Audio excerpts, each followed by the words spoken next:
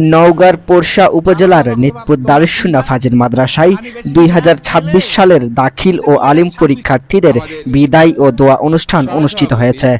সম্প্রতি মাদ্রাসা প্রাঙ্গণে আয়োজিত এই অনুষ্ঠানে শিক্ষক, শিক্ষার্থী এবং স্থানীয় গণ্যমান্য ব্যক্তিবর্গ উপস্থিত ছিলেন। অনুষ্ঠানের শুরুতে পবিত্র কুরআন তেলাওয়াত করা হয়। পরে মাদ্রাসার শিক্ষকবৃন্দ বিদায়ী শিক্ষার্থীদের উদ্দেশ্যে দিক নির্দেশনামূলক বক্তব্য প্রদান করেন।